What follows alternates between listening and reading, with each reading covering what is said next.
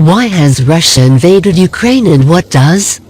Russia has launched a devastating attack on Ukraine, a European democracy of 44 million people, bombarding its cities and closing in on the capital, Kiev, prompting a mass exodus of refugees. But why did Russia's authoritarian leader tear up a peace deal with his neighbor and unleash what European leaders have labeled Putin's war? He has shattered peace in Europe and thrown the continent's entire security structure into jeopardy. Why did Russian troops invade? In a pre-dawn TV address on the 24th of February, President Putin declared Russia could not feel safe, develop and exist because of what he claimed was a constant threat from modern Ukraine. Immediately, airports and military headquarters were attacked. Then tanks and troops rolled in from Russia, Russian-annexed Crimea and its ally Belarus. Big cities have been shelled, neighborhoods razed to the ground and millions of Ukrainians have fled their homes. And yet Russia bans the terms war or even invasion, threatening journalists with jail if they do. For President Putin, this is a special military operation. Many of his justifications for war were false or irrational. He claimed his goal was to protect people subjected to bullying and genocide, and aim for the demilitarization and denazification of Ukraine. There has been no genocide in Ukraine. It is a vibrant democracy, led by a president who is Jewish. How could I be a Nazi? Said Volodymyr Zelensky, who has likened Russia's onslaught to Nazi Germany's invasion in World War II. Ukraine's chief rabbi at the Auschwitz Memorial have also rejected Russia's slur. President Putin has frequently accused Ukraine of being taken over by extremists, ever since its pro-Russian president, Viktor Yanukovych, was ousted in 2014 after months of protests against his rule. But Ukraine has not lurched to the right, it has turned to the west, and Russia's leader aims to reverse that. Those protests broke out when Moscow pressed Ukraine's president not to sign a 2013 association treaty with the EU. Russia retaliated in 2014 by seizing the southern region of Crimea and triggering a rebellion in the east, backing separatists who have fought Ukrainian forces in an 8-year war that has claimed 14,000 lives. Ukraine has made clear it wants to join the European Union and the Western Defensive Alliance, NATO, but the Kremlin will not have it. In late 2021, Russia began deploying big numbers of troops close to Ukraine's borders. President Putin repeatedly denied planning an invasion, but then he scrapped the 2015 Minsk peace deal for the east and recognized areas under rebel control as independent. As he sent in the troops, he accused NATO of threatening our historic future as a nation. How far will Russia go in its war on Ukraine? What are Putin's demands? How far will Russia go? It is already clear Vladimir Putin seeks to take control of Ukraine and overthrow its democratically elected government. President Zelensky said he had been warned. The enemy has designated me as target number 1. My family is target number 2. Russia's stated goal is that Ukraine be freed from oppression and cleansed of the Nazis. Under this false narrative of a Ukraine run by fascists since 2014, Mr. Putin has spoken of bringing to court those who committed numerous bloody crimes against civilians. He has denied aiming to occupy Ukraine, and he rejected a UK accusation before the war that he was plotting to install a pro-Kremlin puppet. But then he said there would be no invasion either. One unconfirmed intelligence report says he aims to split the country in two. There is no immediate threat to Russia's Baltic neighbors, but NATO has bolstered their defenses just in case. One clue to his war aims came in an editorial published on the 26th of February, then deleted by state news agency RIA Novosti, in which the writer praised a new world order where Russia was restoring its pre-1991 Soviet unity, gathering the so-called Russian world of Russians, Belarusians and Little Russians. Last year, President Putin wrote a long piece describing Russians and Ukrainians as one nation, and he has described the collapse of the Soviet Union in December 1991 as the disintegration of historical Russia. A puppet has worked out in Belarus, through longtime authoritarian leader Alexander Lukashenko, but in Ukraine that is quite another matter. What are Putin's demands? To stop the war, the Russian leader wants Ukraine to recognize Crimea as part of Russia and to recognize the independence of the separatist Donetsk. And he demands that Ukraine changes its constitution to guarantee it will not join NATO and the EU. He wants NATO to turn the clock back to 1997 and reverse its eastward expansion, complaining Russia has nowhere further to retreat to. Do they think we'll just sit idly by? That would require NATO removing its forces and military infrastructure from member states that joined the alliance from 1997 and not to deploy strike weapons near Russia's borders.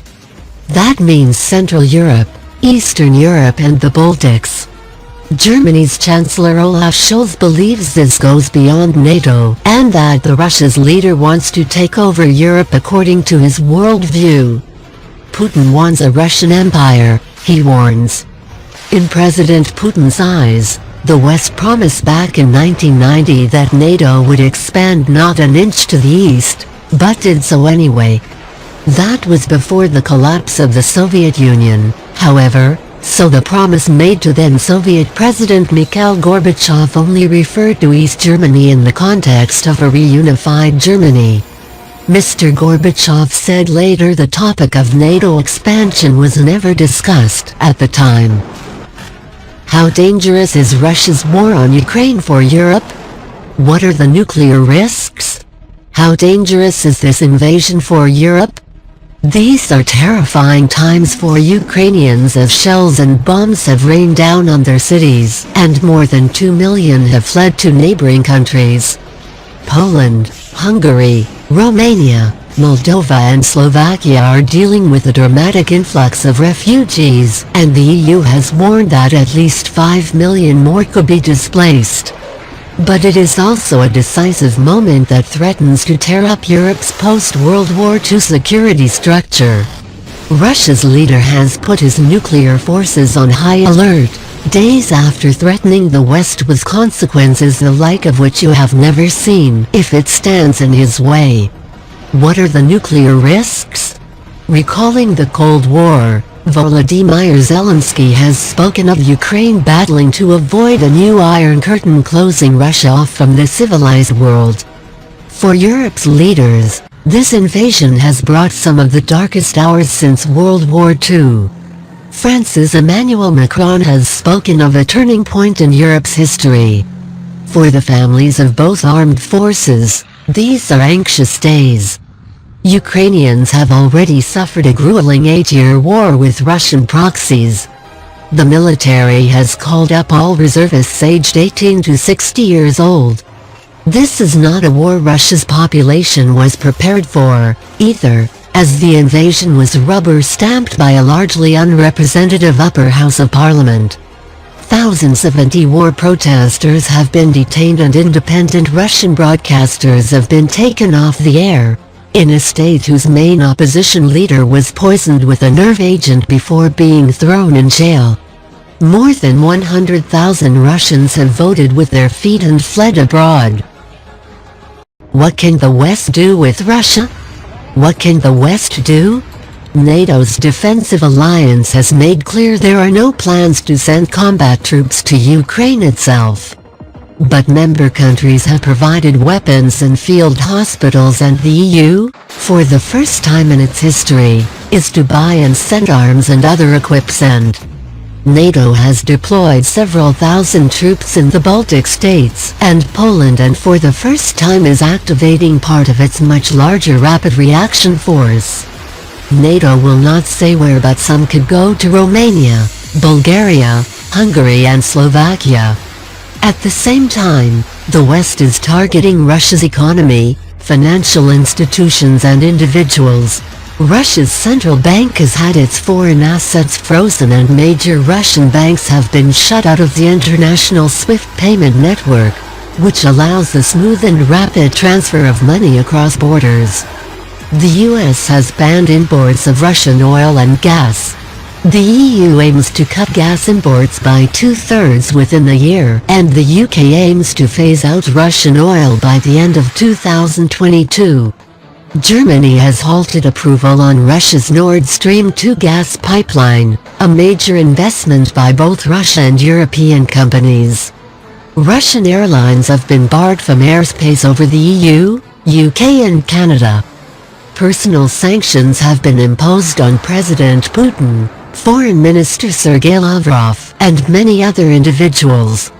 Russia's state-run media Sputnik and Russia Today, seen as a Kremlin mouthpiece, are being banned across the EU. The Russian city of St. Petersburg will no longer be able to host this year's Champions League final, and the Russian Grand Prix will not take place in Sochi. Putin's war prompts dramatic German U-turn. NATO and US extra troops in Eastern Europe. What has NATO said Russia's war on Ukraine? Is there a diplomatic way out? What has NATO said? NATO is a defensive alliance with an open-door policy to new members, and its 30 member states are adamant that will not change. In the words of Secretary General Jens Stoltenberg, it is Ukraine's choice whether to aspire to membership, and for the 30 allies to decide. Ukraine's president initially called for a clear timeline for entry, but later moderated his stance when he realized it was not on the cards for some years. "I cooled down regarding this question a long time ago," President Zelensky told ABC News. Ukraine's bid may be off the table, but the idea that any existing NATO country would give up its membership is a non-starter. What is NATO and how is it responding to the Ukraine crisis? Is there a diplomatic way out? There seems very little chance for the moment, even if the two sides have held several rounds of talks. Ukraine has already moved on NATO, but Russia insists Kyiv lays down its arms and demilitarizes, and that will not happen. Beyond the war, any eventual deal would have to cover the status of eastern Ukraine and Crimea as well as arms control with the West. The Russian and US presidents had spoken several times about short and medium-range missiles, as well as on a new treaty on intercontinental missiles. Russia wanted all US nuclear arms barred from beyond their national territories.